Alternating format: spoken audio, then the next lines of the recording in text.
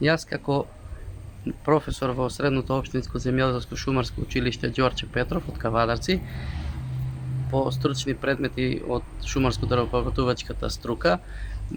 можам да кажам слободно дека запознат сум со проблемот со боровиот четник општо во Македонија, како и во нашиот регион. Најголем проблем во нашиот регион е на локалитетот Љубаш, каде што е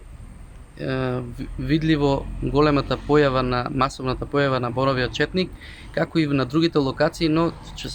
се задржам на тој локалитет, бидејќи тоа е нашите бели дробови на градот, бидејќи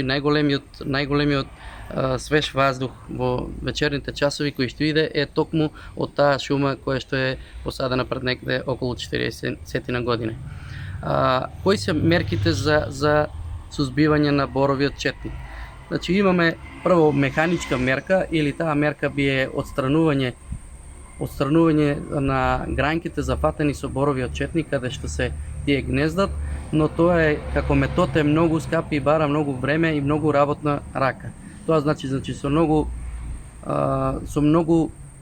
луѓе за работа кои што треба да ги отстранат сите гранки, а потоа треба да се спалат, а спалувањето доведува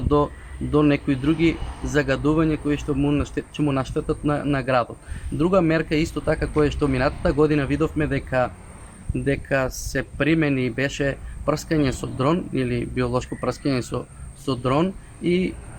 оваа мерка дава многу добри резултати. Како тука, така и на национално ниво треба оваа мерка да се применува на сите борови шуми. Јас како стручњак и шетач по шумите во Македонија имам приметено дека вештачките подигнати насади од монокултурите од црн бор се во Македонија, каде се на пониски надморски височини, се сите зафанати со боров четник, и оваа мерка треба да се продолжи со прскање со дрон, треба да се продолжи и да се инвестира во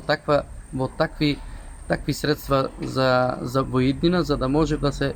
прскаат и да се сузбиваат боровиот четник или